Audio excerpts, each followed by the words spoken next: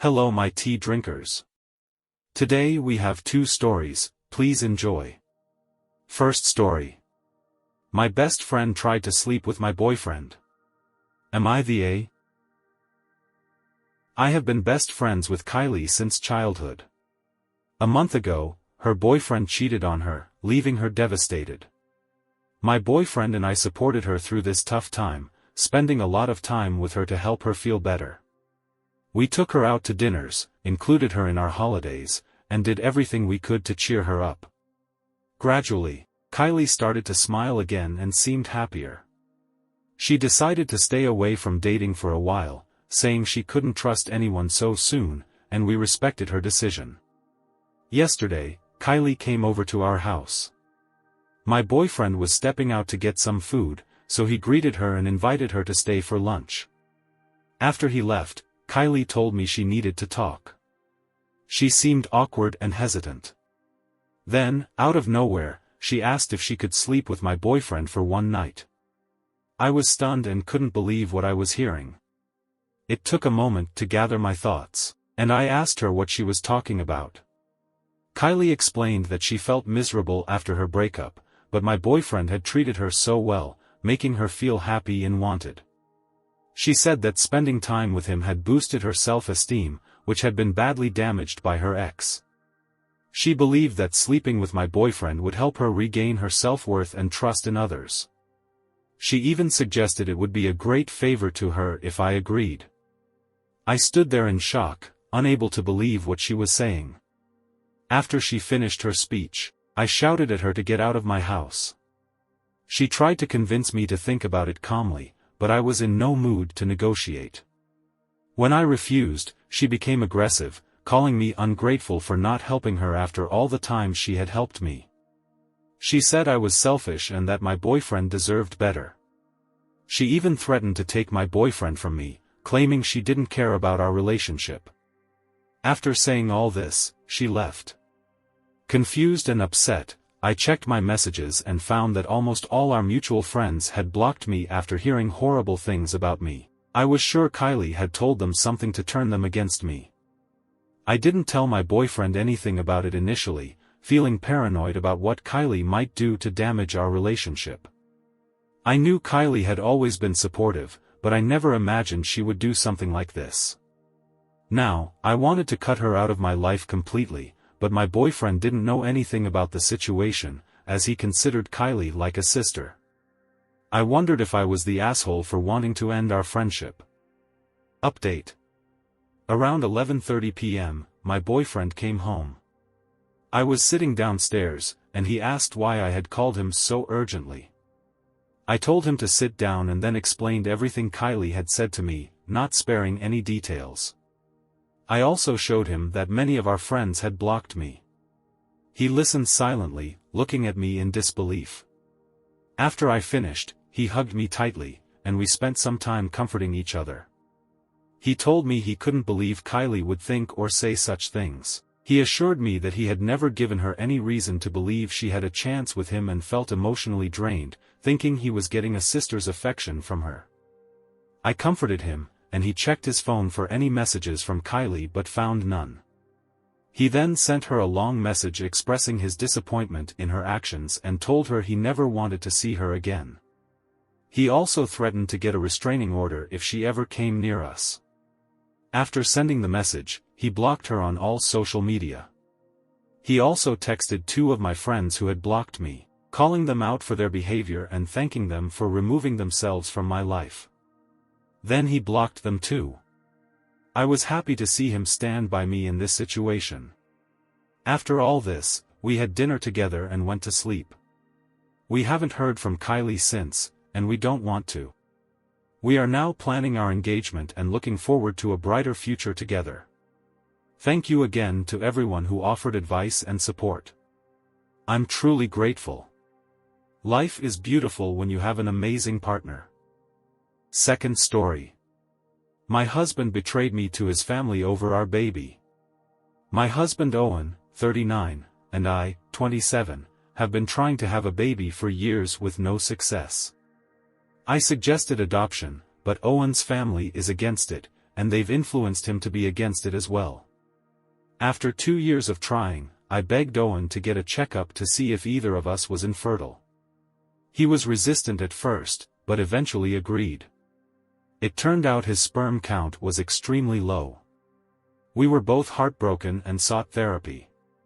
After a year of not actively trying, I got pregnant but sadly lost the baby. We were devastated. Owen blamed himself and suggested we consider a sperm donor, which I agreed to. We kept this a secret from our families and friends to protect Owen's feelings. With the help of a donor, I successfully got pregnant and we had our little girl last year. She's healthy and thriving, and I thank God for her every day. Despite this joy, Owen has struggled to connect with her. The trouble began when Owen went on a trip with his brothers for a friend's bachelor party. During the trip, he told his brothers about our infertility issues and that our baby wasn't biologically his. One of his brothers told his wife, who then told Owen's mother. She came to our house and called me a lying whore, demanding that Owen leave with her. He just stood there silently. I tried to explain that it was Owen's decision to keep this a secret, but he remained silent, making it look like I was lying. His mother then went to our nursery and started taking back everything she had given us for the baby, calling our daughter a filthy bastard. In a fit of rage, I physically pushed her out the door and threw her things out with her. After things calmed down, I asked Owen why he remained silent. He said he wasn't raised to be disrespectful and that his mother hadn't said anything untrue, just hurtful. He believed we should let it go and wait for his mother to forgive us. I told him I would never let it go and that his mother and anyone who agreed with her were not welcome in our home. He insisted that as the head of the family, it was his decision. I then asked why he let his mother call me a liar and a whore, and our child a bastard. He refused to argue with his mother. I stopped speaking to him, gathered my daughter's things, and left for my parents' house. Owen tried to stop me, saying I couldn't take his daughter without him. In my anger, I told him she wasn't his daughter. He broke down in tears, but I felt nothing. I took my baby and went back to my parents. They were fully supportive and wouldn't allow Owen near us until he apologized and set the record straight with his family. Meanwhile, I told my sister-in-law the truth, and she told the rest of Owen's family. Half of them were understanding, but the other half sided with his mother. Owen still refused to apologize or clear my name. I realized I couldn't return until he promised to protect me and our daughter, starting with telling his mother she was wrong and banning her from our home until she asked for my forgiveness. We had planned to have more children, but that's now off the table until we get back into therapy.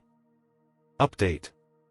After leaving Owen's house, I discovered that my MIL, BL, and SAL accused me of cheating. Owen didn't defend me, so I began speaking with a lawyer. Knowing that Owen allowed these accusations to spread was heartbreaking. I've now rented a 2-bedroom apartment, furnished with the help of my family. My priority is ensuring my baby has everything she needs. I'm working on creating a cozy nursery and hiring a nanny. Facing the end of my marriage is terrifying, but I'm learning to accept my new reality.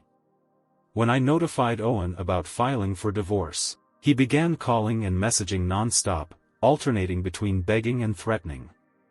He even sent videos of my belongings in the garbage and him trashing the nursery, claiming he didn't need it anymore. This behavior was shocking and completely unlike the man I married. It was clear his feelings of emasculation and humiliation had driven him to this point. I'm not blocking Owen as my lawyer advised me to keep all communications documented. However, his constant threats make me scared to leave my home. He knows where I work and has threatened to drag us back. We're working on a restraining order, but I know it won't guarantee our safety. Things took a turn when my FIL showed up at my parents' house. He apologized for his family's behavior and asked to hear my side of the story. I told him about Owen's infertility and the decision to use a donor. I explained that Owen made me lie to protect our child from being treated differently. FIL seemed stunned but asked if Owen and his mother could see my daughter. I refused. Phil then asked if there was anything Owen could do to fix our marriage, and again, I said no. Phil tried to argue, but my dad stepped in, saying Phil was overstaying his welcome. Before he left, I told him about Owen's abusive messages and asked him to make it stop. Since then, I haven't received any messages from Owen. I want nothing from Owen, no child support, no alimony, not even the house. I just want him to agree to the divorce and give up his parental rights so my daughter can grow up in a loving environment. Owen's lawyer has made it clear they're fighting for full custody, but my lawyer is confident in our case. Today, Mayamail tried to contact me, saying she wants to be in my daughter's life and is ready to accept her as she is. As if my daughter needs her acceptance. If it's up to me, their whole family will never see us again.